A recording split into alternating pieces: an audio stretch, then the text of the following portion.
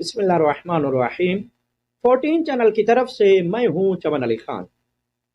کیا خدا کے علاوہ کسی اور سے مدد مانگی جا سکتی ہے یا نہیں؟ اس حوالے سے اگرچہ معاشرتی حقائق اس بات کی عکاسی کرتے ہیں کہ ہم زندگی کے بہت سے معاملات میں دوسروں کی مدد کے محتاج ہیں، جیسا کہ اس دنیا میں آنے کے حوالے سے ہم اپنے ماں باپ کے ملاپ کے محتاج ہیں، اسی طرح پیدا ہونے کے بعد شیر خارگی کے عالم میں ہم کھانے پینے کے حوالے سے، پہننے کے حوالے سے ہم اپنی ماں کے محتاج ہوتے ہیں، اور اسی طرح وسائل کے لحاظ سے اپنے باپ کے محتاج، ہم تعلیم کے حوالے سے ایک ٹیچر کے محتاج ہوتے ہیں،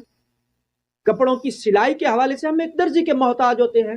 اور مختلف فنون و علوم کے حوالے سے ان کے ماہرین کے محتاج ہوتے ہیں، اور ان سب کی مدد سے ہی ہم اپنی زندگی کے معاملات کو ہینڈل کرتے ہیں۔ لیکن بعض لوگ تغافل میں مبتلا ہو کر اور حقائق سے چشم پوشی کرتے ہوئے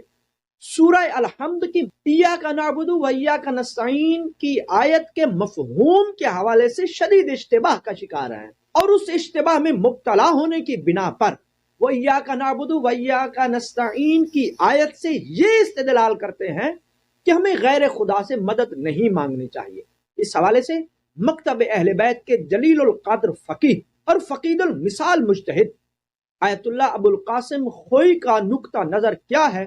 وہ آپ تمام حضرات کی سماعتوں کی نظر کرنا چاہتا ہوں، لیکن اس سے پہلے آپ تمام حضرات سے اپیل ہے 14 چینل کو سبسکرائب کر کے، لائک کر کے اور شیئر کر کے ممنون فرمائیں۔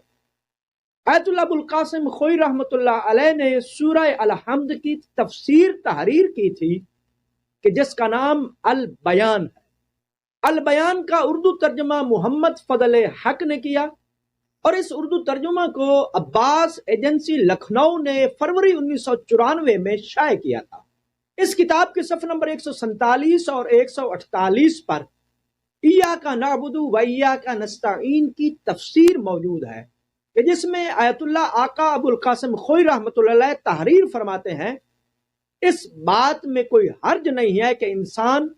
اپنے مختلف امور اور ضروریات میں خدا کے علاوہ دوسرے افراد سے،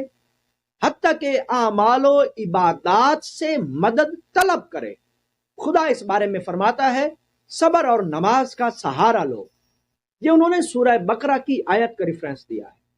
وہ مزید لکھتے ہیں، نیکی اور پرہیزگاری میں ایک دوسرے سے تعاون کیا کرو۔ یہ انہوں نے سورہ مائدہ کی آیت کا ریفرنس دیا ہے۔ مزید وہ لکھتے ہیں، اس نے کہا، میرے پروردگار نے جو وسائل مجھے دے رکھے ہیں وہ اچھے ہیں، بس تم محنت اور قوت سے میری مدد کرو۔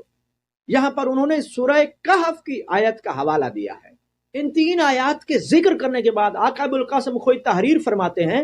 ان آیات سے پتہ چلتا ہے کہ مدد طلب کرنا صرف خدا ہی سے مخصوص نہیں ہے، بلکہ ہر شخص سے اور ہر چیز سے مدد مانگی جا سکتی ہے۔ لہذا جس استعانت کا آیہ شریفہ وَإِيَّاكَ نَسْتَعِينُ میں ذکر آیا ہے اور جو خدا کی ذات سے مخصوص ہے، وہ ہر اس طرح کی استعانت نہیں ہے، بلکہ اس سے مراد بہتر اور خالص تر عبادت کے لیے خدا سے مدد طلب کرنا، نیز بیشتر اور مناسب عبادت کے لیے توفیق حاصل کرنا ہے۔ وہ مزید لکھتے ہیں، اس قسم کی استعانت کو خدا سے مخصوص کرنے کا مقصد اس حقیقت کی نشاندہی کرنا ہے کہ انسان کے اختیاری کام جبر اور تفویض کی دو حالتوں کے درمیان انجام پاتے ہیں۔ وہ اس طرح کے کام اور عبادت خود انسان کے اختیار اور ارادے سے کی جاتی ہے۔ یہی وجہ ہے کہ جملہ ایاک نعبد میں عبادت کا انجام دینا خود اس سے منسوب کیا گیا ہے، لیکن یہ اعمال اختیاری اور ارادی ہوتے ہوئے بھی خدا کی مدد سے وابستہ ہیں، جو ہر لحظہ اس کی جانب سے عنایت کی جاتی ہے۔ آیت اللہ ابو القاسم کوئی مزید لکھتے ہیں، یہ عنایت مسلسل اور دائمی ہے، اور صورت یہ ہے کہ